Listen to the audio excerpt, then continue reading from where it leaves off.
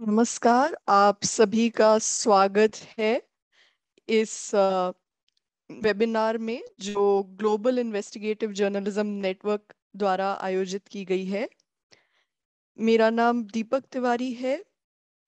मैं व हिंदी संपादक हूँ ग्लोबल इन्वेस्टिगेटिव जर्नलिज्म नेटवर्क का। और मैं बहुत खुश हूँ कि दुनिया भर से इतने सारे पत्रकार हमारे साथ जुड़ सके। और इस वेबिनार के दौरान आपको अनुवाद उपलब्ध होगा। आप इंग्लिश और हिंदी में आप इस वेबिनार का को सुन सकते हैं। अगर आप हिंदी में अनुवाद सुनना चाहते हैं तो कृपया ग्लोब आइकन को क्लिक करके आप अपनी भाषा हिंदी का चयन करिए। लियोनार्डो एलेक्सिस पेरेल्टा वेबिनार के प्रोड्यूसर हैं। जैसे कि आप सब जानते हैं, दक्षिण एशिया पूरी दुनिया की तरह बहुत बुरी तरह से महामारी से प्रभावित हुआ था। और पिछले 2 सालों में लाखों लोगों ने अपनी जान गंवाई है। और पिछले 2 वर्षों में सरकारों के स्वास्थ्य संबंधी खर्चे बढ़ चुके हैं।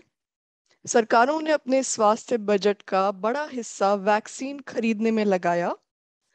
उन्होंने सैनिटेशन इक्विपमेंट, आइसोलेशन सेंटर और ऑक्सीजन प्लांट में काफी खर्चा किया। उन्होंने इस परिस्थिति में पारदर्शिता और जवाबदेही होना बहुत महत्वपूर्ण है। और सरकारों के स्वास्थ्य बजट में बहुत ज्यादा बढ़ोतरी हुई है। तो पूरी दुनिया के जो वॉचडॉग खोजी पत्रकार हैं उनकी जिम्मेदारी और बढ़ जाती है। इस वेबिनार में 3 वरिष्ठ पत्रकार अपने अनुभव आपसे साझा करेंगे। वो आपको बताएंगे कि इन्वेस्टिगेटिव रिपोर्टिंग किस तरह की जाए। वो अपनी सलाह देंगे और आपको बताएंगे कि किस तरीके से आप जानकारी ढूंढ सकते हैं। क्योंकि सरकारें स्वास्थ्य के मामलों में पारदर्शी प्रक्रिया नहीं अपनाती हैं, इसलिए इस पर रिपोर्टिंग काफी चुनौतीपूर्ण है। हमारे साथ सुप्रिया शर्मा है भारत से, रजनीश भंडारी जो कि नेपाल से हैं, और क्रिसी जायल्स जो कि यूके से हैं। वो अगले 1 घंटे तक इस विषय पर चर्चा करेंगे। आप उनसे अपने सवाल पूछ सकते हैं। आप Q&A बॉक्स में अपने सवाल लिख सकते हैं। और आखिर में कुछ मिनट हम प्रश्नोत्तर सत्र के लिए रखेंगे। सुप्रिया शर्मा भारत के प्रमुख डिजिटल समाचार प्लेटफॉर्म scroll.in की कार्यकारी संपादक और इन्वेस्टिगेटिव रिपोर्टर हैं। उन्होंने अपनी खोजी खबरों के माध्यम से पत्रकारिता जगत में ख्याति अर्जित की है। भारत के प्रतिष्ठित रामनाथ गोयनका अवार्ड और चमेली देवी जैन पत्रकारिता पुरस्कार उन्हें मिल चुके हैं। ऑक्सफोर्ड विश्वविद्यालय के Reuters institute for study of journalism की अध्येता रही हैं। वो आपको बताएंगी कि जो जानकारी पब्लिक में उपलब्ध है उसके जरिए आप इन्वेस्टिगेटिव जर्नलिज्म कैसे कर सकते हैं। तो ये सारी जानकारी पब्लिक डोमेन में है। सुप्रिया और उनकी जो टीम है उन्होंने बहुत ही उम्दा रिपोर्टिंग की थी पिछले साल। Rajneesh Bhandari Nepal investigative multimedia journalism network के संस्थापक और मुख्य संपादक हैं। NIJM वो JIJN के साथ काम कर रहा है।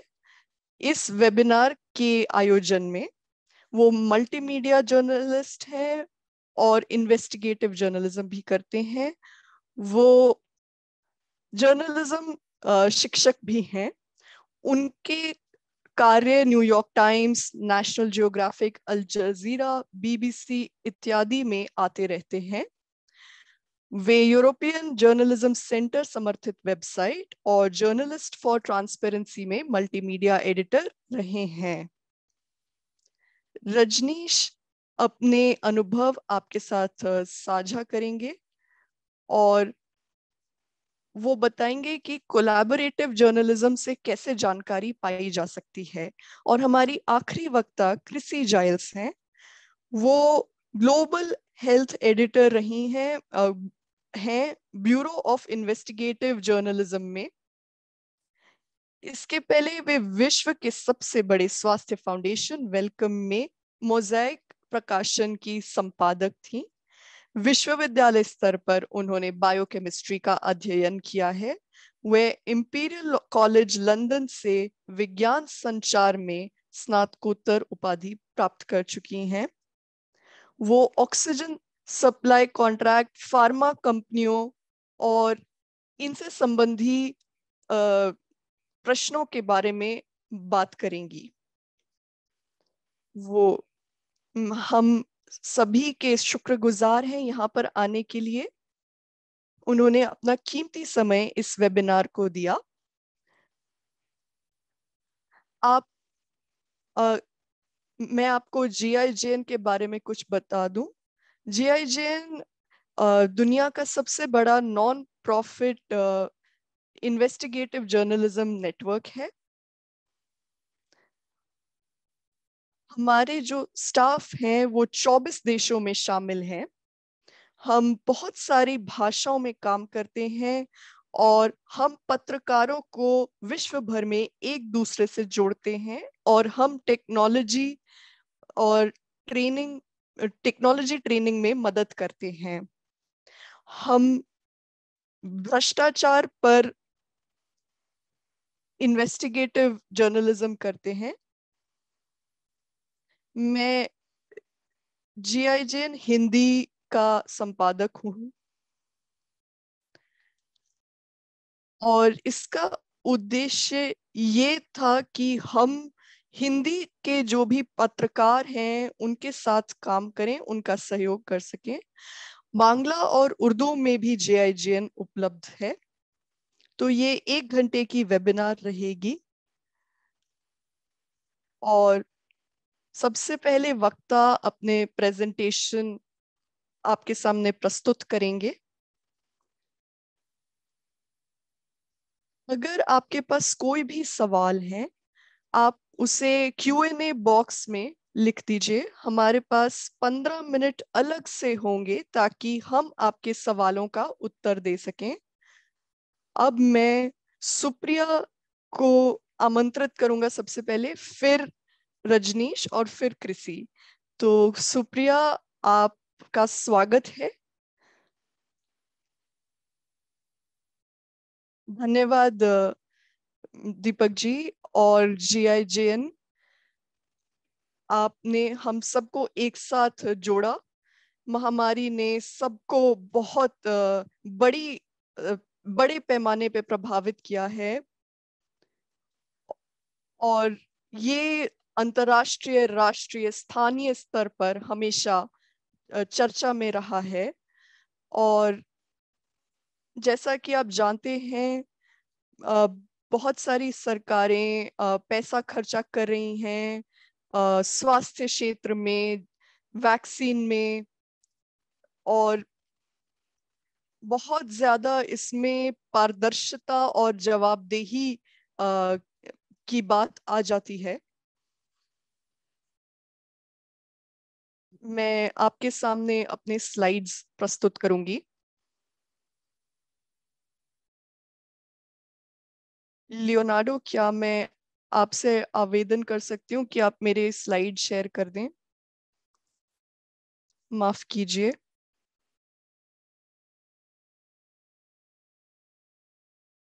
कोई बात नहीं, हम पत्रकार इन सब चुनौतियों का सामना करते रहते हैं। धन्यवाद। जैसा कि मैं कह रही थी, इसमें बहुत सारे सवाल सामने खड़े होते हैं, जैसे कि सरकारी खर्चा कितना है, कितना पैसा खर्चा हो रहा है हर स्तर पे। जैसा कि आप जानते हैं, जो केंद्रीय सरकार है, राज्य सरकार, स्थानीय सरकार और जो पंचायत स्तर पर सब खर्चा करती हैं सरकारें। और हम इन सब की जानकारी पाना चाहते हैं। भारत में जो खर्चा रहा है वो बहुत कम रहा है और कोविड की वजह से ये सब बदल रहा है। तो जितना भी पैसा खर्चा हो रहा है, हमें पूछना चाहिए पत्रकार होने के नाते कि इसमें कितनी पारदर्शिता है और क्या भ्रष्टाचार हो रहा है, और इससे हमें अच्छे परिणाम मिल रहे हैं इस खर्चे से। हम वेंटिलेटर पर खर्चा कर रहे हैं, लेकिन क्या वेंटिलेटर काम कर रहे हैं? और हमें ये पूछना चाहिए कि हम सही चीजों पर खर्चा कर रहे हैं या नहीं। और हम जानते हैं कि कोविड जो है ये हवा के जरिए फैलता है। तो जो संक्रमण होता है, अ, हम देखते हैं कि इसके सिम्टम दिखते नहीं हैं। मैं दिल्ली में रहती हूँ। मेट्रो स्टेशन में मैंने देखा कि वहां पे लोग खड़े होते हैं जो सैनिटाइजर स्प्रे करते हैं, और कुछ जने आपका अ, तापमान मापते हैं। तो ये छोटी सी बात है। और इसमें ये सवाल खड़ा होता है कि हम किस चीज पर पैसा नहीं खर्चा कर रहे हैं। इसमें बहुत ज्यादा जो भी हमारे फ्रंटलाइन वर्कर हैं, जो स्वास्थ्य कर्मचारी हैं, उनके सामने पैसा तो उनको काम बहुत होता है, लेकिन उनको संसाधन नहीं मिलते हैं। इन्वेस्टिगेटिव जर्नलिज्म पे बात करें तो उसमें हमें हमेशा क्षमताओं को बढ़ाने पे ध्यान केंद्रित करना पड़ता है। खोजी पत्रकार होने के नाते हमें पूछना चाहिए अपने आप से कि क्या हम सही सवाल पूछ रहे हैं। तो मैं कुछ चीजों पर ध्यान केंद्रित करना चाहूंगी। पारदर्शिता और इफेक्टिवनेस।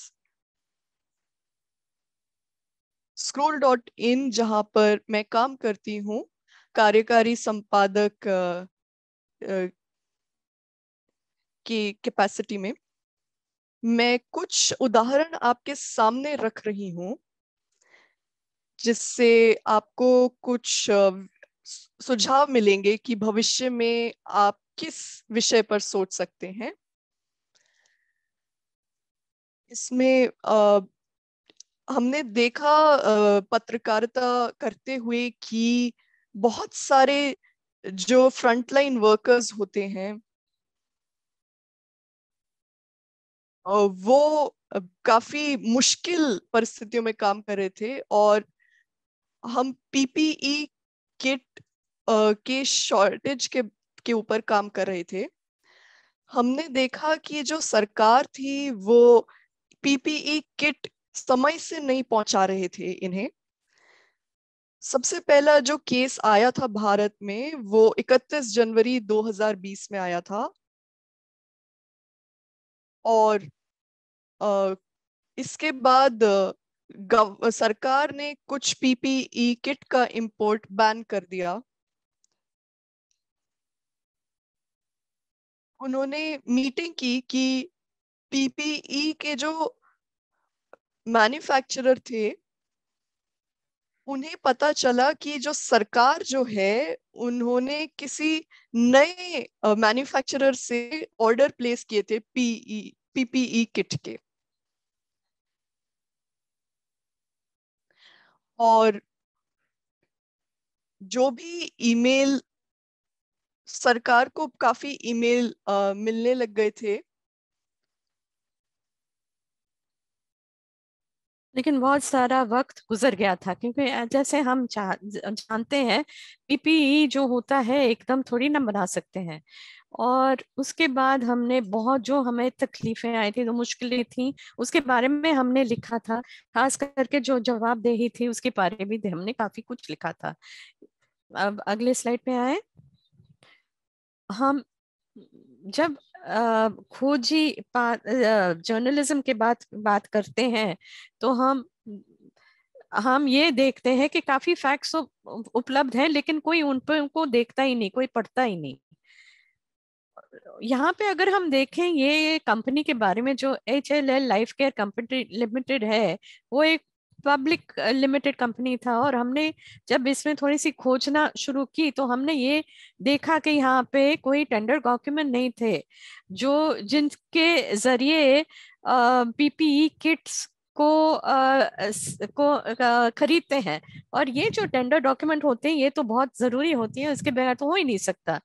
और फिर जब हमने ये देखा तो मुझे ये ऐसे लगा कि ये बहुत ही बढ़िया कहानी बन सकती है।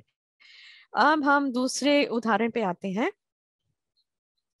जब हम 2021 में पहुंचे तो आप सबको मालूम है कि हमारे यहाँ भारत में बहुत ही गंभीर स्थिति हुई थी दूसरी लहर के साथ कोविड के। और यहाँ पे जो खास करके जो हॉस्पिटलें थी यहाँ पे दिल्ली में, तो यहाँ पे हमने ये देखा कि ऑक्सीजन था ही नहीं, बहुत कम ऑक्सीजन था। तो एक बार और हमने ये इसमें थोड़ा सा खोज करना किया, और हमने ये देखा कि सरकार ने कहा था कि उनके काफी प्लांट्स होते उन्होंने बनाए थे ऑक्सीजन बनाने के लिए। और फिर हम गए ये सब प्लांट्स देखने के लिए, और उसके लिए हमने ये देखा कि हम सबसे पहले हम ये देखना चाह रहे थे कि डॉक्यूमेंट टेंडर डॉक्यूमेंट कौन है, कहाँ है, वहां पे किस किस कंपनीज ने ये टेंडर दिए थे। और हमें ये देखा कि भले 60 कंपनीज थे उसमें से जिन्होंने टेंडर दिए थे, उसमें से खाली 11 ऐसे कंपनीज निकले जो कि ये बना रहे थे। तो ये एक बार जब हमारी कहानी पब्लिश हुई तो फिर सबको पता चला कि एक खाली 33 प्लांट को शुरू किए गए थे, लेकिन ये नहीं बताया गया था कि कितने बना रहे थे। अगले स्लाइड पे आए। यहाँ पे हम देख सकते हो कि यहाँ पे जो सेंट्रल मेडिकल सर्विसेज सोसाइटी के बारे में जो है, जो इन्होंने सबसे ज्यादा खरीदारी की थी कोविड के वक्त। और यहाँ पे जैसे आपको आप दिखाई दे रहे हैं, यहाँ पे सब टेंडर के डॉक्यूमेंट सब वहाँ पे पड़े लिखे हुए हैं। और हमने काफी अच्छी खोज की थी यहाँ पे। और आप देख रहे हैं कि उसका जो नतीजा है ये क्या है। हमने बहुत कुछ आगे फॉलो अप भी किया था। ये जो फॉलो अप था, ये यहाँ पे हमें पता चला कि कई हॉस्पिटल में जहाँ पे ऑक्सीजन थे वहां पे उन लोगों के पास स्टाफ नहीं थे ये ऑक्सीजन देने के लिए। तो ये हमें थोड़ा सा आश्चर्य लगा, क्योंकि हमारा ये देश में इतने सारे लोग हैं और कई लोग को किसी को भी नहीं, बहुत कम लोगों को पता था कि ये जो ऑक्सीजन देना है कैसे देना है। तो ये जो खरीदारी थी ऑक्सीजन की, वो ये हमें समझ में आया कि इसमें कोई पारदर्शिता था ही नहीं। मुझे मालूम नहीं कि कितना हमारा समय हमारे पास है, नहीं तो मैं जल्दी से, नहीं आपके पास वक्त है, आप जारी रखिए। अब मैं आपको वेंटिलेटर्स के बारे में बोलना चाहती हूँ। ये जो है ये हमें मिला RTI के जरिए।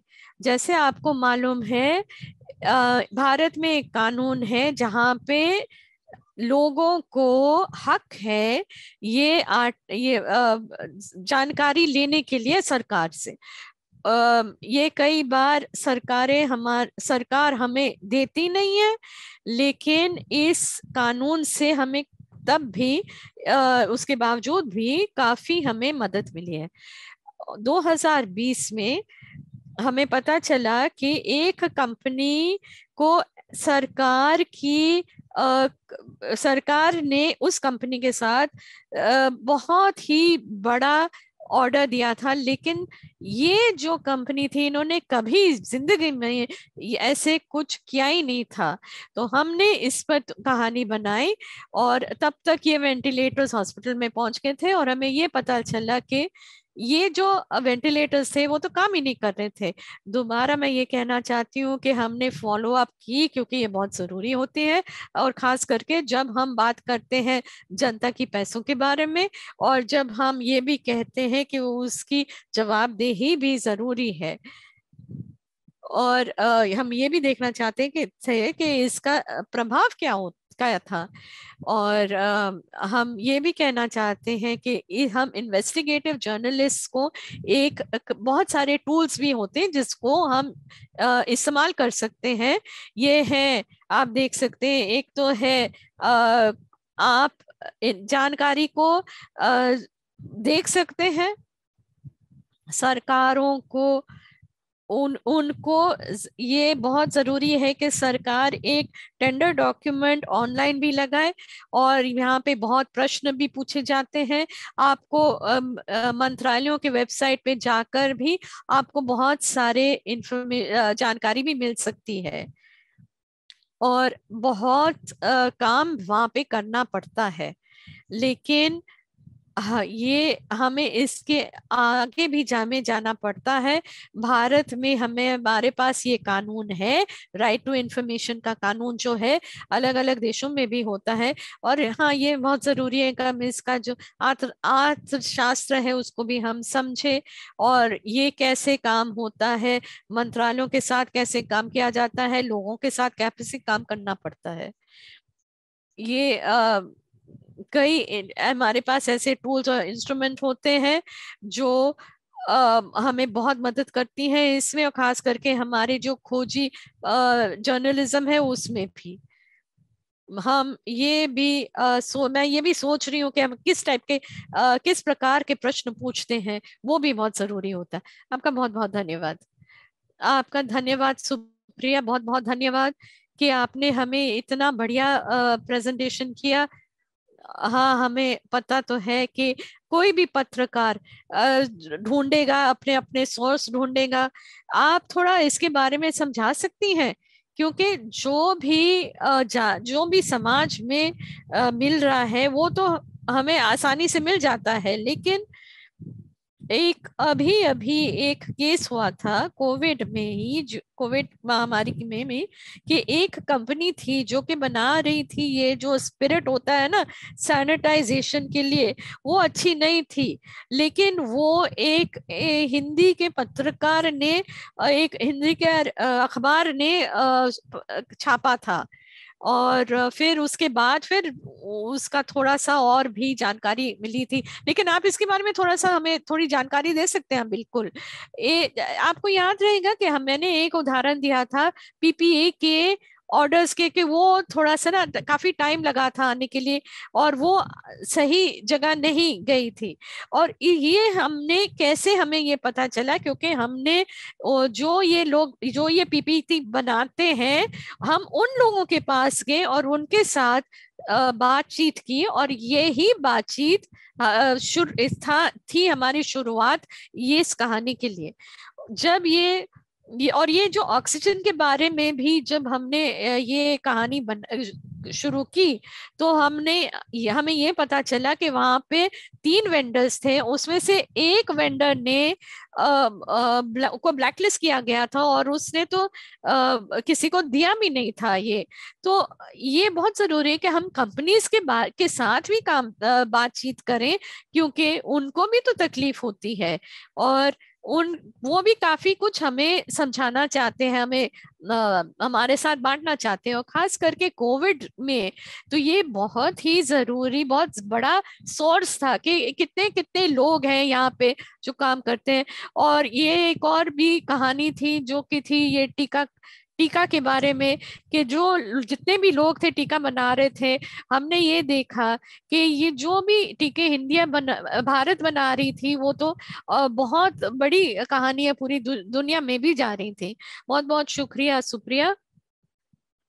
हमें मालूम है कि खोजी जर्नलिज्म में ये जो जो हमारे जो पहले करते थे ना, जो छोटी छोटी चीजें पहले करते थे, वो भी आज भी हम कर रहे हैं। आज हम आएंगे रजनीश जी, जो कि रजनीश भंडारी नेपाल से, जो कि एक देश है हिमालय में, और नेपाल एक ऐसी जगह है जहाँ भारत बहुत काम कर रहा है उन लोगों के साथ, और ये बहुत बहुत अलग अलग क्षेत्रों में। और नेपाल ने भी काफी कोविड के साथ काफी कुछ सहा है, और वो भी हमारे साथ NIMJN भी के भी वहाँ काम करते हैं। आपका स्वागत है रजनीश जी, आपका बहुत बहुत धन्यवाद दीपक जी। और मैं आपको NIMJN के बारे में भी बताना चाहूंगा, और भी कई चीजें हैं जिसके बारे में आपको मैं बात करना चाहता हूँ। हम हमारा स्पेशलिटी ये है कोलैबोरेटिव रिपोर्टिंग, जिसको हम सहयोगी रिपोर्टिंग भी कहते हैं। और मैं आपको इसके बारे में थोड़ा सा बताऊंगा कि नेपाल में क्या हो रहा है, और हमने कैसे लोगों के साथ काम किया है, हेल्थ काउंसिल से भी काम के साथ भी काम किया है, और भी संस्थाओं के साथ काम किया है। हम हमने ये सहयोगी रिपोर्टिंग शुरू किया था 2019 में। हमारे पास 23 पत्रकार थे, 10 टीम थे, और हम सब एक साथ काम कर रहे थे अलग अलग क्षेत्रों में। और मुझे ऐसे लगा था कि ये सब एक दूसरे के कंपटीशन है, लेकिन ऐसे नहीं था। हम सब एक साथ हमने काम किया, हमने अपना एक दूसरों का सहयोग दिया था। और ये हम ने काफी रिपोर्टिंग की थी 2019 में, कई अलग अलग मुद्दों पर। तो ये हमने अलग, ये स्लाइड आपको दिखाती कि हमने कैसे काम किया था 2019 में। एक ऐसी कहानी जो मैं आपके साथ शेयर करना चाहता हूँ, ये है कि कैसे पारदर्शिता और जवाबदेही कितनी जरूरी होती है। ये कई पत्रकारों ने इस कहानी पे थोड़ा सा गौर किया, और एक उन्होंने भी RTI एक फाइल की, उसमें से 2 लोगों ने जवाब दिया, और इन 2 लोगों ने भी सही तरीके से समझाया नहीं कि ये खर्चा कहाँ हो रहा था, और अच्छी जानकारी नहीं दी। तो कितना था खर्चा था, और अलग अलग क्षेत्रों में क्या क्या खर्चा हुआ। उसके बाद हम गए एक अलग वेंडर के पास, और उसको पूछा कि आप थोड़ी जानकारी दे सकते हैं इस मुद्दे पर। जैसे आपको मालूम है कि ये जो वेंडर्स थे, उन्होंने ऐस उन्होंने इसको इस तरीके से लिया कि उनको ऐसे लगा कि हम कह रहे थे कि उन्होंने अच्छी तरीके से इसको नहीं किया था। हमारा जो दरख्वास्त था, जो एक्चुअल में दरख्वास्त था, वो तो गायब ही हो गया था। और फिर ये बहुत जरूरी पड़ा कि हम अलग अलग दरख्वास्त फाइल करते गए। ये जो कहानियां है, यहाँ पे पारदर्शिता में बहुत कम पारदर्शिता होता है, और खास करके जो प्रबंधन होते हैं उसमें भी बहुत कम होता है। जो हम सुनते हैं, जो हो रहा है, वो भी सही नहीं है। वो इतने पैसे खर्च कर रहे हैं, लेकिन हमें तो मालूम नहीं कि ये केस कहाँ जा रहे हैं और क्या जा रहे हैं। ऑडिटर्स भी थे, वो क्या कर रहे थे, हमें तो कुछ भी नहीं पता था। तो ये ऐसी एक कहानी है, और भी मुद्दे हैं जिसके बारे में हमने लिखा था। और खास करके महामारी के जरिए, जो खास करके जो पैसे हम खर्च कर रहे थे उसके बारे में, और जितना हमें जो भी उत्पादन हमें हमें लोगों को जरूरत थी और खर्च कहाँ हो रहा था, इसके बारे में हम काफी कुछ लिख रहे थे। कई लोग थे अलग अलग अलग अलग देशों से, अलग अलग क्षेत्रों से, जो जिनको भी ये सब पता करवाना था। एक और कहानी थी टेक्नीशियंस में, जो कि एक्सपोर्ट कर रहे थे, जैसे कि मशीन जो होती है उनको एक्सपोर्ट में डाल रहे थे। तो एक ऐसा उदाहरण था, जैसे कि जब मशीन जब जहां पे पहुंची, जिसने खरीदा था, तो वो वैसे सही नहीं था। तो इस टाइप के मुद्दे काफी आ रहे थे उस टाइम पर। और खास करके जो स्वास्थ्य के साथ हो रहा था ना, उसके बारे में हो रहे थे। अब हम ये देखा कि नेपाल में भी कई लोगों ने पता करा कि कई इतनी सारी चीजें हमें पता चली। तो हमें ये लगा कि जो ये जो सहयोगी रिपोर्टिंग बहुत जरूरी होती है।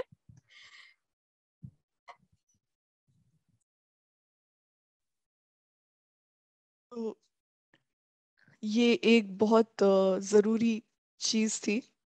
जो भी अलग अलग आउटलेट से पत्रकार काम कर रहे थे, वो क्रेडिट ज़रूर देते थे जब भी उन्हें सहयोग मिलता था, और रेगुलर अपडेट्स आते रहते थे। तो सुरक्षा बहुत ज़रूरी थी रिपोर्टर्स की। तो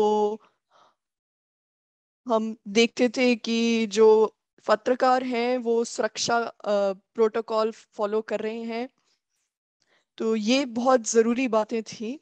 और हमने फेसबुक, स्काइप और अलग अलग प्लेटफॉर्म का इस्तेमाल किया। और इन्वेस्टिगेटिव रिपोर्टिंग जो है उसमें काफ़ी समय लगता है, और 8 महीने बाद भी हम एक ही स्टोरी पर काम कर रहे होते हैं।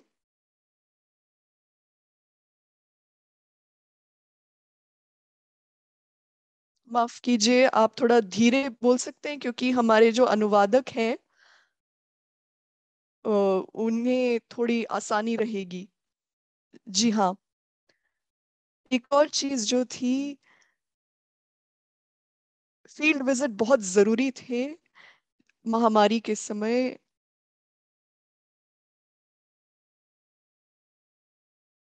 ये जरूरी है कि हम समझाएं इसकी उपयोगिता क्या होती है। और मल्टीमीडिया टूल्स जो हैं वो बहुत जरूरी होते थे, जैसे कि वीडियो, पिक्चर, आंकड़े, या कोई भी मैप जिसका आप इस्तेमाल कर सकते हैं, जिससे आपकी जो स्टोरी है उसको और सहयोग मिल सके। और इसमें जो मेंटोरिंग है, यानी कि शिक्षण, वो काफी उपयोगी रहता है।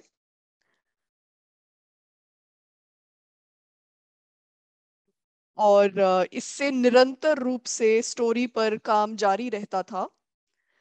और आरटीआई वगैरह जो भी थे, इससे हमें फैक्ट चेकिंग में काफी मदद मिलती थी।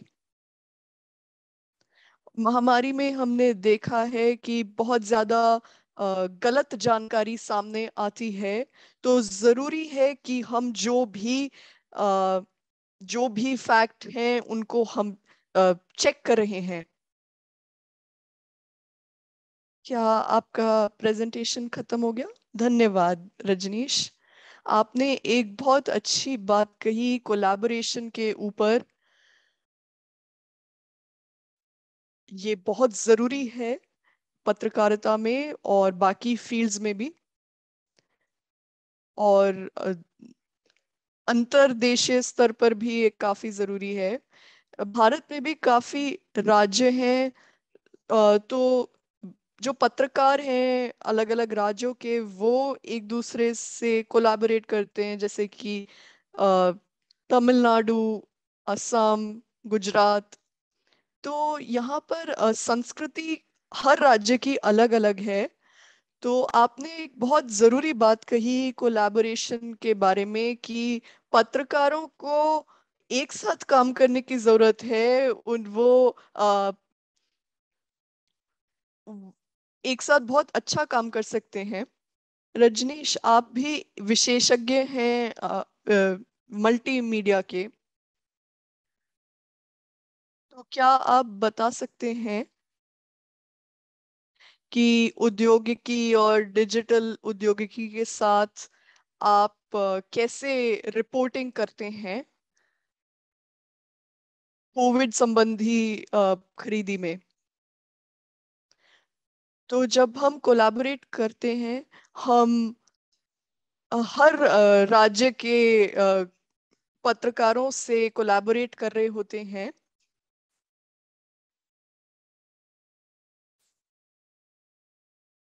और इसमें अलग अलग मीडिया आउटलेट के भी पत्रकार होते हैं जो कोलैबोरेट करते हैं। तो हमने कुछ मानक बनाए जिसका हमने पालन किया, और हमने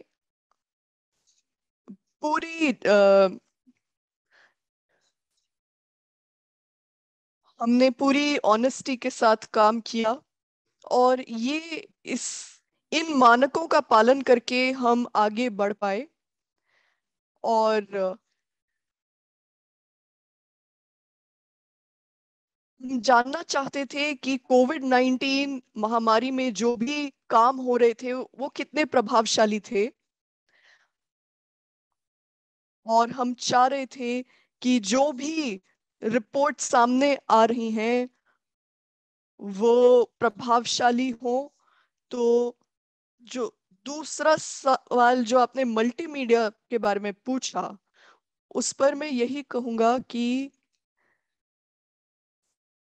2022 में हम बहुत जल्दी बदलाव का सामना कर रहे हैं। आर्टिफिशियल इंटेलिजेंस हमारे पास है।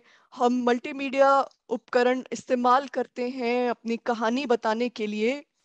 और जो खोजी पत्रकारिता है उसमें भी हम काफी मल्टीमीडिया उपकरण इस्तेमाल करते हैं। हम और लोगों से जुड़ पाते हैं इसके जरिए, और हम प्रतिबद्धता बढ़ा पाते हैं। हम चर्चा कर पाते हैं अलग अलग लोगों से इन सब विषयों पर। हम आंकड़ों का इस्तेमाल करते हैं, तस्वीरों का इस्तेमाल करते हैं, वीडियो और बाकी सब उपकरण भी हम इस्तेमाल कर सकते हैं। धन्यवाद रजनीश। अब आखिरी हमारी आखिरी वक्ता हमारे सामने है क्रिसी जाइल्स, जो बहुत ही मानी गई पत्रकार है स्वास्थ्य क्षेत्र में, जो यूके से हैं। क्रिसी, आपका स्वागत है। धन्यवाद। धन्यवाद आप सभी का, आप हमारे साथ जुड़ सके। क्या आप मेरी स्लाइड प्रस्तुत की जा सकती हैं? मैं बहुत उत्साहित हूँ कोलैबोरेशन को के बारे में सुन के। हम एक नॉन प्रॉफिट न्यूज रूम है। हम अलग अलग पत्रकारों के साथ संबंध बना के काम करते हैं। और हम टीवी, रेडियो, एशिया, अफ्रीका और यूके के तमाम जो मीडिया हैं उनके साथ काम करते हैं। हम कुछ चीजें कर रहे हैं पिछले 2 सालों में।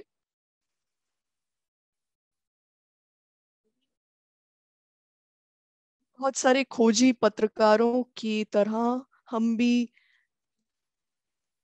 महामारी पर काम कर रहे थे। और हम समझते हैं कि सभी को स्वास्थ्य सुविधाएं उसी स्तर पर नहीं मिल पाती, एक स्तर पर नहीं मिल पाती हैं। इसमें काफी असमानताएं हैं। तो हमने आपूर्ति श्रृंखला और प्रोक्योरमेंट पर काम किया और हमने देखा कि इसमें बहुत ज्यादा जानकारी सार्वजनिक तौर पर उपलब्ध नहीं होती है और बहुत सारे जो स्वास्थ्य कंपनियां हैं वो हमेशा बोलती हैं कि ये उनकी कमर्शियल प्राइवेट जानकारी है जो वो पब्लिक के साथ साझा नहीं करेंगे। जब ऑक्सीजन नहीं मिल पा रही थी, पीपीई नहीं मिल पा रहे थे, तो अ, अगर इसमें पारदर्शिता ना हो कि कैसे निर्माता बना रहे हैं, तो पब्लिक को नहीं पता चल पाता है कि कौन सी सुविधाएं वो पा सकते हैं। हमने आपूर्ति श्रृंखला पर ध्यान दिया, प्रोपोफॉल की। हमने मेडिकल ऑक्सीजन के खर्चे पर ध्यान दिया और हमने कोविड वैक्सीन के कॉन्ट्रैक्टों पर काम किया। प्रोपोफॉल में ये एक ऐसा सेडेटिव है जो कोविड के पेशेंट्स में इस्तेमाल किया जाता है।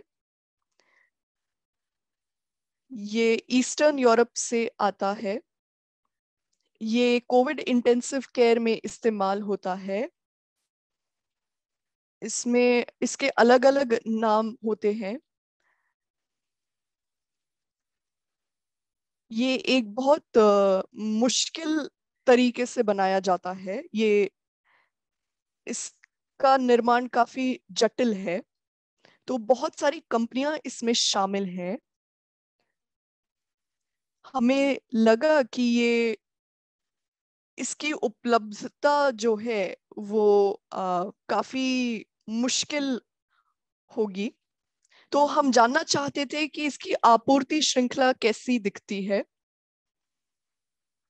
तो हमने सार्वजनिक जानकारी पर ध्यान दिया, हमने एकेडमिक जानकारी पर भी ध्यान दिया, हमने विशेषज्ञों से बात की ताकि हम इसकी आपूर्ति श्रृंखला के बारे में जान सकें।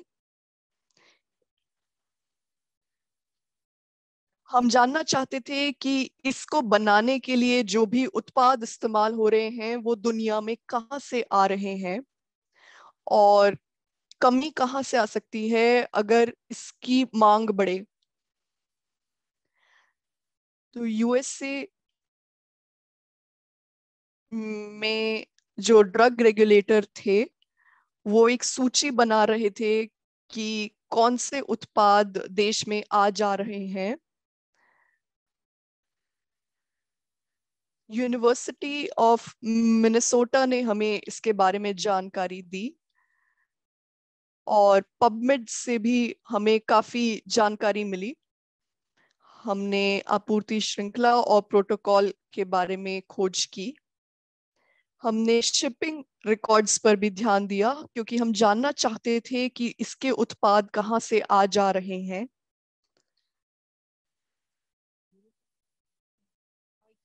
और एक कंपनी IQVIA है, हमें इस पर काफी जानकारी मिली, लेकिन इनसे जानकारी पाना मुश्किल था क्योंकि इसमें पैसे खर्चने की जरूरत होती है। तो हमें पता चला कि जो चीन और भारत देश हैं उनका एक बहुत ही महत्वपूर्ण योगदान है इसके निर्माण में। और इसमें यूरोपीय और अमेरिकी विशेषज्ञ थे शामिल। इसमें 5 कंपनियां थी।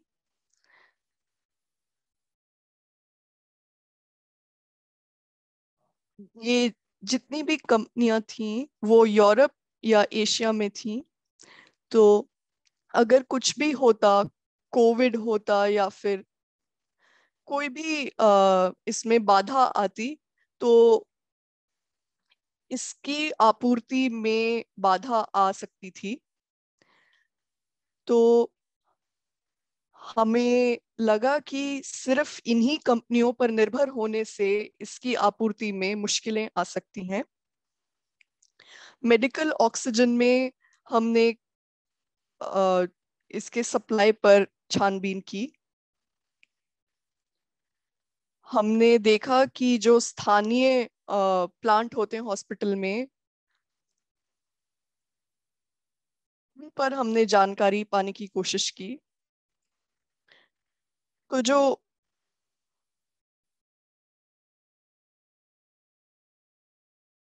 बहुत सारी जगहों पर हमने देखा कि इसका जो सप्लाई है वो या तो हॉस्पिटल में जो उपस्थित प्लांट होते हैं उससे होता है, और कुछ हॉस्पिटल बाहर से ऑक्सीजन सप्लाई करते हैं।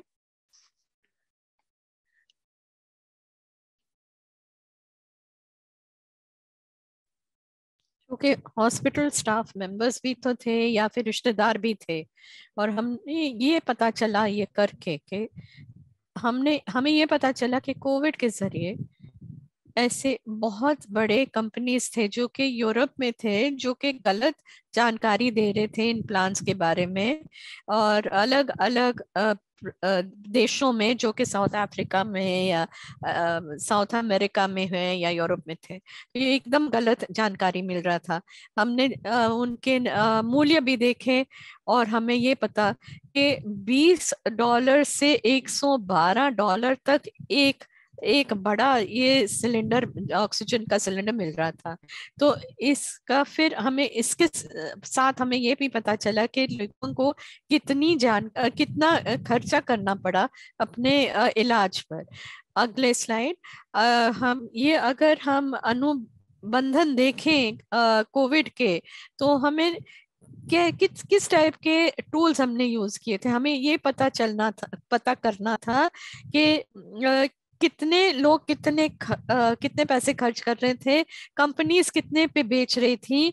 और क्योंकि कई इतने सारे लोग अनुबंधन पे काम कर रहे थे, तो वो ये अनुबंधन को लीक कर रहे थे सोशल मीडिया पर। तो हमने क्या किया, जैसे पहले भी हमने किया था, एक ओपन कॉन्ट्रैक्टिंग का संस्था है, तो हम उन लोगों के पास गए और हमें उन लोगों से पूछा कि आप हमें थोड़ी सी जानकारी दे सकते हैं इसके बारे में।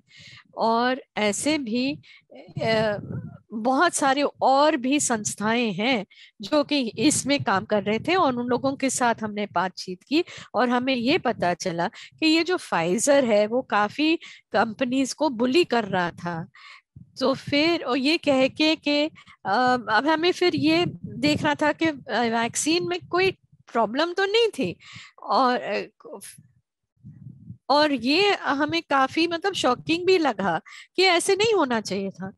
और इसके कारण काफी साइन, ये अनुबंधन को साइन करने में भी काफी टाइम लगा था, और अर्जेंटीना और ब्राजील में तो कोई भी डील को साइन ही नहीं किया। तो इसका प्रभाव क्या है, जैसे हर एक ने बात की, इसका प्रभाव अच्छा होना चाहिए, लेकिन यहाँ पे ये ऐसा शायद कभी कभी नहीं भी हुआ। एयर लिकी जो है थे, ये है एक कोएलिशन के साथ काम करने शुरू की, और जैसे कि WHO और यूनिटेड के साथ काम करना उन्होंने शुरू किया, और $90 मिलियन उनको दिए गए थे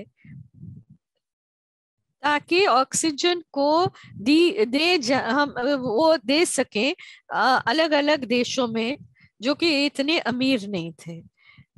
फिर बहुत सारे एसेट्स के बारे में उन्होंने भी हमको बात करनी पड़ी, हमें खोजना पड़ा बहुत सारा, हमने खोज करना पड़ा अलग अलग देशों में, अलग अलग टीवी के चैनल्स पे, और बहुत सारा अनुवाद करना पड़ा।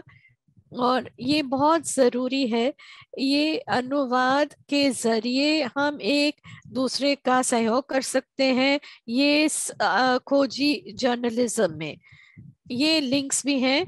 आपका बहुत बहुत धन्यवाद कि आपने मेरी बात सुनी। बहुत बहुत धन्यवाद क्रिस्टीन, बहुत ही बढ़िया था आपसे बात आपको सुनकर कि ये भी जानकारी लेके कि हम इतने मल्टीनेशनल्स हैं, उन्होंने कार्टेल भी बनाए और इसके बाद भी बहुत सारे एलिगेशंस थे कि जो दवाइयां थी वो लोगों को दे रहे थे और उस वक्त उस चीज की जरूरत ही नहीं थी, लेकिन तब भी सरकार ने इन चीजों को खरीदा। और ये मैं ये कहना चाहता हूँ कि अगर कोई भी सरकार है जिसने ये दवाइयां ली जिनकी जरूरत ही नहीं थी, आप इस चीज को कैसे खोजते हैं कि आपको कैसे पता चलता है कि इस चीज को की जरूरत ही नहीं थी और ये जबरदस्ती मरीजों को दिया जा रहा था? इतने सारे दवाइयां हैं जो कि 2 सालों में हमने दिया था, जो जिनकी जरूरत ही नहीं थी। मैं इन चीजों के मैं दवाइयों को मैं की नाम नहीं लेना चाहता, मैं आप इस चीजों को कैसे खोजते हैं? मुझे लगता है कि ऐसे इसमें ना बहुत सारी चीजें हैं जिसको खोजना पड़ता है। एक तो है कि हमारे हमें कभी हमने सोचा ही नहीं था कि इस टाइप की महामारी होगी। हमें समझ में नहीं आ रहा था कि हम क्या क्या हमें करना पड़ेगा, हमें किस किस चीजों की जरूरत पड़ेगी, और एकदम ही जरूरत पड़ी तो हम कहाँ कहाँ हमें जाना पड़ा इन सब चीजों को लेने के लिए। और मुझे ऐसे लगता है कि हमें ये सोचना चाहिए था कि हम तैयार क्यों नहीं थे, और ये जो सबूत सरकार को के पास है तो वो क्यों नहीं इस्तेमाल कर रहे थे, किस तरीके से इस्तेमाल कर रहे थे। ये जो आरटीआई है ये इसने काफी हमें मदद की, क्योंकि हम वापस गए सरकारों के पास ये मांगने के लिए कि आपने इस दवाई को कैसे यूज किया और आपने कितना लिया था, क्यों यूज किया था। हो सकता है कि सरकार में कोई ऐसे सदस्य हो जो कि जिसको ऐसे लगा कि इस दवाई की जरूरत थी, या जैसे कि यूके में कई जगहों में इन्होंने कई लोगों ने एक ऐसा जेल बनाया था जो कि अल्कोहल से बना हुआ था, हाथों को सैनिटाइज करने के लिए। तो इस टाइप के मैं दोबारा एक बार ये कहना चाहती हूँ कि क्यों एक ही एजेंडा को आगे लेके जा रहे थे। और मुझे लगता है कि ये सही होगा अगर मैं ये कहूँ कि कोविड के साथ हमें ये समझ में आया है कि, और खास करके जहाँ स्वास्थ्य का क्षेत्र है, तो कि ये हमें समझ में आया कि इस क्षेत्र में भी हम कैसे खोजी जर्नलिज्म कर सकते हैं। आपका बहुत बहुत धन्यवाद सुप्रिया कृषि। और इतने सारे प्रश्न आए हैं तो मैं एक एक करके इन प्रश्नों को मैं आगे बढ़ाऊंगा। हमारे पास खाली 10-15 मिनट ही रह गए हैं, और सबसे पहले प्रश्न जो है मैं कृषि को ही मैं पूछना चाहूंगा। मुझे लगता है आप ही इसका उत्तर दे पाएंगे। सुप्रिया तो हमें मालूम ही है, लेकिन आप कैसे सोचते हैं, तो हम ये जानना चाहते हैं कि आपको कैसे लगता है कि ये जो बदलाव हुआ है ना, ये वैक्सीन के खर्चे में कई जगह में उसका एक खर्चा था, कई दूसरे जगहों में और भी देना पड़ता था ये वैक्सीन लेने के लिए। तो आपको इसके बारे में क्या पता है?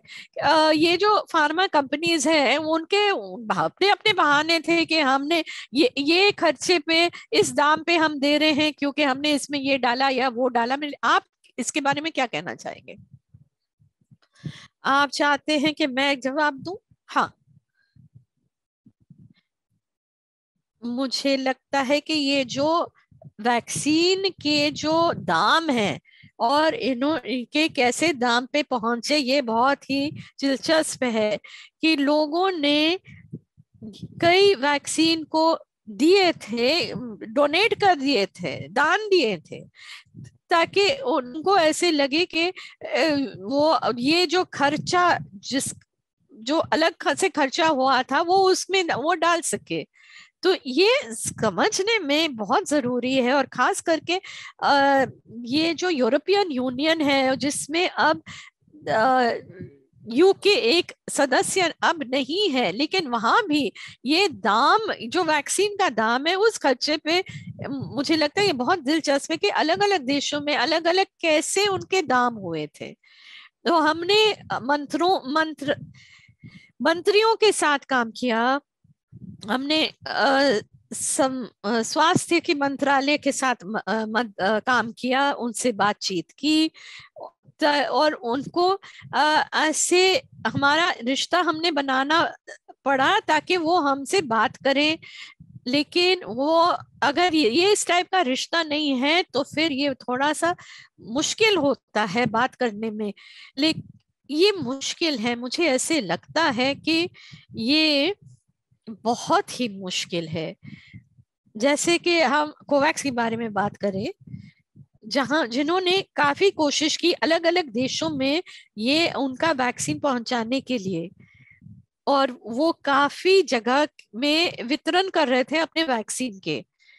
तो ये एक बहुत सारा पजल जैसे था कि ये कैसे वैक्सीन कहाँ पहुंचेगा, कब तक पहुंचेगा, और ये बहुत ही मुश्किल था ये सब समझने में। इसके में एक ही तरीका नहीं है, इरफे खाली सही प्रश्न पूछना पड़ता था।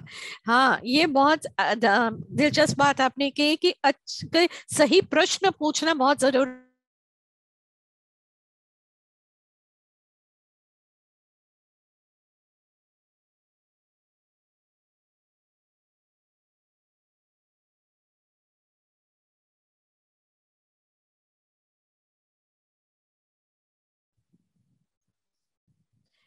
हाँ, जितने भी हमारे प्लेटफॉर्म्स हैं,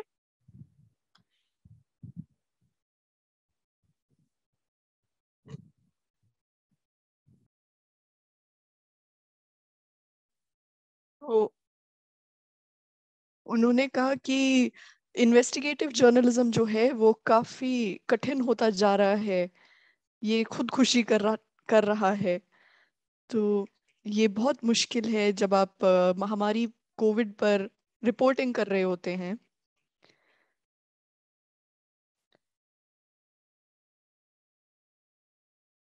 आप हमेशा जोखिम में होते हैं जब आप कोविड पर रिपोर्ट कर रहे होते हैं। दूसरा सवाल आशीष चौकसे से है। धन्यवाद इन सवालों के लिए। अम, आप सही बोल रहे हैं। पत्रकारिता जो है भारत में काफी मुश्किल हो रही है इस समय। इसमें काफी चुनौतियां हैं और इसमें बहुत सारे पहलू आते हैं जिनका सामना करना पड़ता है। इसमें बहुत समय भी लगता है। कभी कभी आप छानबीन करते रहते हैं, लेकिन काफी बाधाएं सामने आती हैं और संसाधनों का इस्तेमाल करना काफी मुश्किल हो जाता है। बहुत ही कम ऐसी न्यूज एजेंसियां हैं भारत में जो अ, जो सरकार के की बात को पर सवाल उठाएंगे। बहुत सारे प्रोपेगेंडिस्ट आ चुके हैं। महामारी के समय हमें ये अवसर मिला है कि हम सरकार से सवाल उठाएं, क्योंकि जो दूसरी लहर थी महामारी की भारत में वो काफी मुश्किल थी। दैनिक भास्कर में काफी खोजी पत्रकारिता के उदाहरण हमें पढ़ने को मिले। तो ये एक चीज है, ये एक ऐसा विषय है जिससे काफी लोग प्रभावित हुए हैं। और इसमें जब हम निधि की बात करें खोजी पत्रकारिता की, तो अगर जो लीडर हैं वो समझें कि कितना मुश्किल कितना मुश्किल है और कितना जरूरी भी है। तो हमें जरूरत है कि हम हमारे लीडर को हम याद दिलाते रहें कि ये एक बहुत ही अहम कार्य है। बिल्कुल। यहाँ पर इतने सवाल हैं, सब पूछ रहे हैं कि जो सरकारी संगठन हैं वो आपके सवालों का जवाब नहीं देना चाहते। तो भारत में तो आरटीआई है, हम फाइल करते रहते हैं और जानकारी आ भी जाती है, चाहे देर से आए लेकिन सार्वजनिक रूप से ये उपलब्ध हो जाती है। रजनीश, अगर नेपाल की बात करें तो कितनी पारदर्शिता है और पत्रकारों को कितनी जानकारी मिल पाती है जब वो आरटीआई फाइल करते हैं, तो कितनी जानकारी आपको मिल पाती है? धन्यवाद दीपक जी इस सवाल के लिए।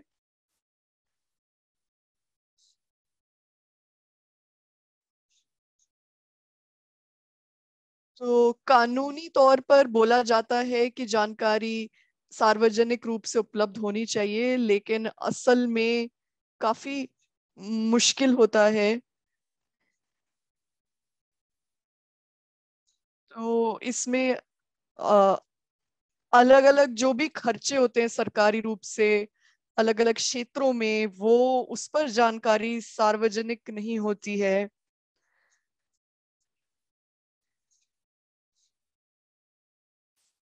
तो ये जो जानकारी है ये काफी मुश्किल है इसे पाना। अगर हम प्रोक्योरमेंट की बात करें, खरीदी की बात करें, खोजी पत्रकारिता के बाद भी जरूरी नहीं है कि आपको पूरी जानकारी मिल पाए। तो अ, बहुत सारे जो पत्रकार हैं वो एक दूसरे को सहयोग देते हैं।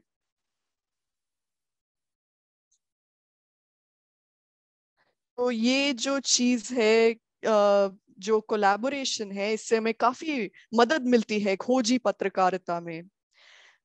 एक सुझाव आया था कि जो खोजी पत्रकारिता है वो एक चीज है और उसका संपादन, उसका प्रकाशन अलग चीज है।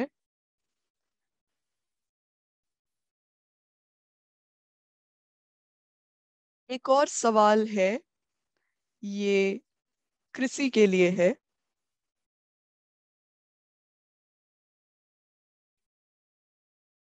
प्रोफेसर दिवाकर शुक्ला एचओडी हैं जर्नलिज्म स्कूल के। जो भी पत्रकारिता छात्र होते हैं उनको किस पहलू पर काम करने की जरूरत है जब वो कोई भी रिपोर्ट पर काम कर रहे होते हैं? ये तो एक बहुत बड़ा सवाल है। हमारे पास 8-10 मिनट है, कुछ समय लगेगा इस बताने में। जो भी अच्छी पत्रकारिता होती है वो अ, अच्छे सवालों पर निर्भर अ, करता है। हम नई चीजें ढूंढने की कोशिश करते हैं। कभी कभी जानकारी सार्वजनिक रूप से उपलब्ध हो सकती है लेकिन हमें इसे ढूंढने की जरूरत है। तो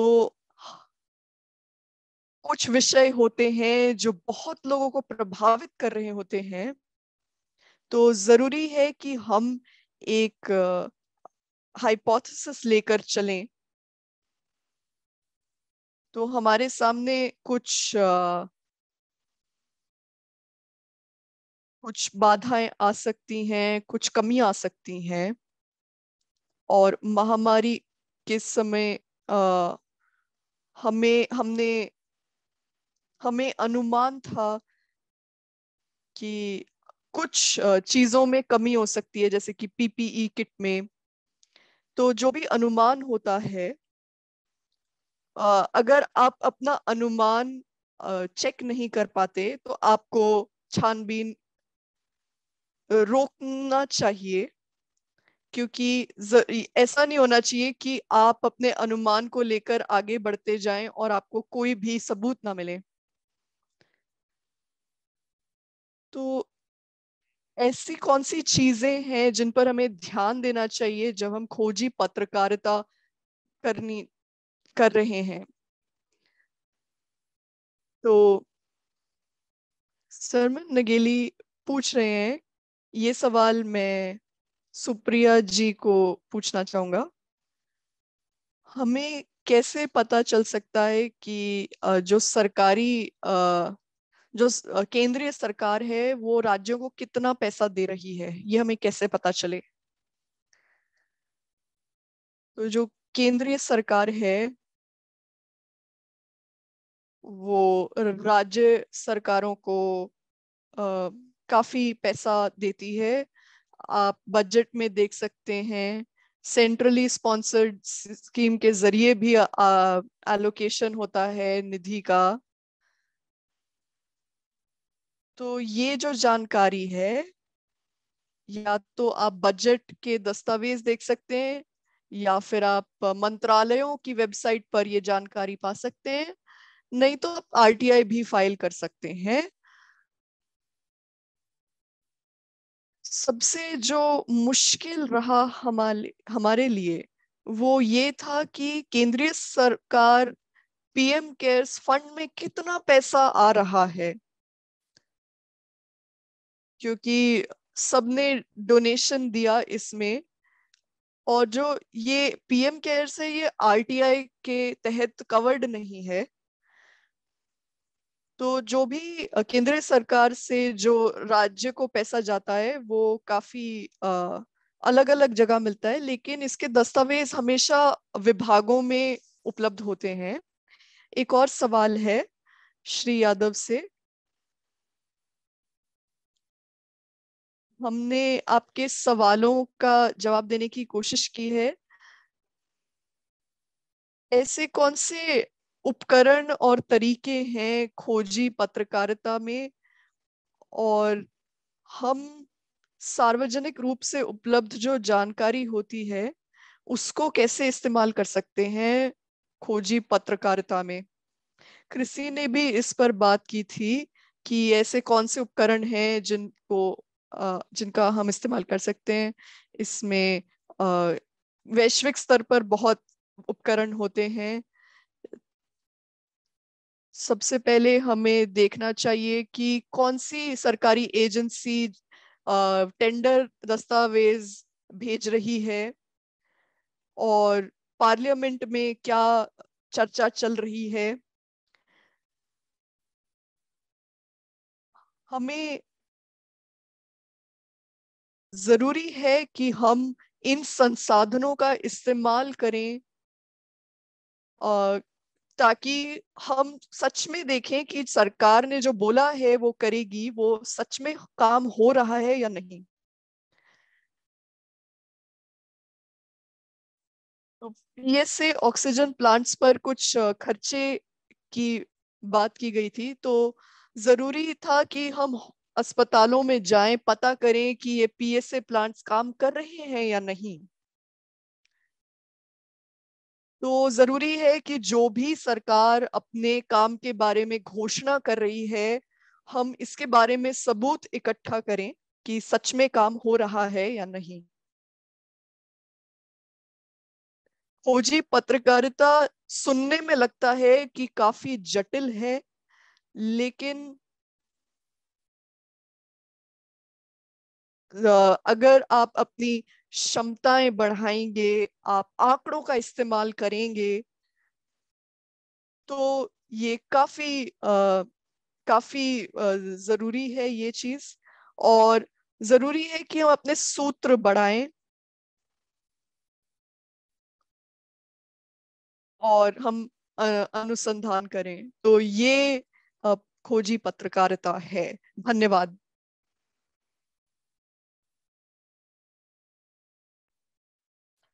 ये इनका जो प्रश्न है इसको तो हमने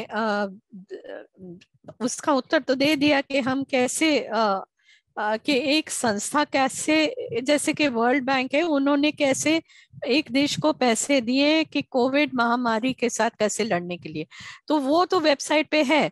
अब आपने बात की थी टूल्स के बारे में भी, और आपने ये भी कहा था कि आपको वहां तक पहुंचना पड़ेगा जहां से ये प्रश्न निकला।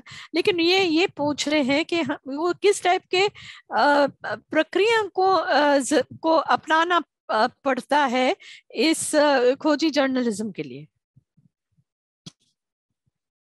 आप ये चाहते कि मैं इसका उत्तर दूं? हाँ बिल्कुल, क्योंकि मुझे लगता है कि ये आपके लिए ही अच्छा है। हाँ, लेकिन मैं ये कहूंगी कि ये बहुत जरूरी है कि खोजी पत्रकार समझें कि ये हमारी एथिक्स क्या है। इसका मतलब कि हम अपने आप के बारे में गलत जानकारी नहीं देंगे, और हम स्टिंग ऑपरेशन नहीं करेंगे, हम एंट्रैपमेंट नहीं करेंगे। हम ये करते हैं कि हम वहाँ एक जगह जाते हैं, उन्हें बताते हैं कि हम कौन हैं, और हम वो प्रश्न पूछते हैं जो पूछना चाहिए। और कभी कभी आपको ऐसे लगे कि आप दूसरे मेथड भी आप यूज कर सकते हैं तो ठीक है, लेकिन उसके इतना अच्छा नतीजा नहीं होगा, क्योंकि खोजी पत्रकार को बहुत जरूरी है कि वो एक विश्वास बनाए अपने जिन लोगों के साथ काम बात करें उनके साथ, तो ये बहुत जरूरी है। हाँ, ये तो है कि वो तो पत्रकार थे, और ये एक कमेंट दे रहे हैं, ये कह रहे हैं कि खोजी पत्रकार जो होते हैं और इन्वेस्टिगेटिव जर्नलिज्म जो होता है, वो कैसे अपने आप को, ये जो खोजी पत्रकार हैं, अपने आप को कैसे सुरक्षित रख सकते हैं। तो मैं आपको ये बोलना चाहूंगा कि आप हमारे वेबसाइट पे जाएं, www जो GIJN पे होता है .com, और वहां पे आपको पता चलेगा कि हम खोजी पत्रकार कैसे अपने आप को सुरक्षित रख सकते हैं। इतने सारे वहां पे सोर्सेज हैं, इतने सारे टूल्स हैं हमारे वेबसाइट पे, आप वहां जाइए। और मुझे लगता है कि हमारे पास खाली 1 मिनट ही है, और मैं ये मौका लेना चाहूंगा आप सबका धन्यवाद करने के लिए, क्योंकि ये बहुत ही बढ़िया वेबिनार हुआ है, बहुत बढ़िया चर्चा हुई है, और हम बहुत खुश हैं हमें कि आप सब, इतना बढ़िया पैनल हमारे साथ आज आया है, इतने सारे पत्रकार हमारे साथ जुड़े हैं, इतने सारे प्रश्न पूछे हैं। हमारे पास इतना वक्त नहीं है कि हम सबके उत्तर दें, लेकिन एक और बार मैं सबको धन्यवाद करना चाहता हूँ। कृषि, आपको बहुत बहुत धन्यवाद कि आप हमारे साथ जुड़े। रजनीश, आपको भी बहुत बहुत धन्यवाद हमारे साथ जुड़ने के लिए और हमारे साथ ये वक्त निकालने के लिए। और सुप्रिया, आपको भी कि आप ये इस वेबिनार के हिस्सा थे, और मैं हम सब हिस्सेदार जो भी हमारे साथ आज जुड़े हैं उनको मैं कहूँगा कि आप हमारे वेबसाइट पे जरूर जाइए और पढ़िए, बहुत कुछ वहाँ पे है। अगर आप हिंदी में भी पढ़ना चाहते हैं तो वो भी है, उर्दू में भी पढ़ना चाहते हैं तो वहाँ भी आपको सब कुछ मिलेगा, इतने सारे भाषाएं आपके पास वहाँ पे मिलेंगे। मैं सबको बहुत बहुत धन्यवाद देना चाहता हूँ इस वेबिनार के हिस्से बनने के लिए। अगली बार दोबारा मिलेंगे। आपका बहुत बहुत धन्यवाद।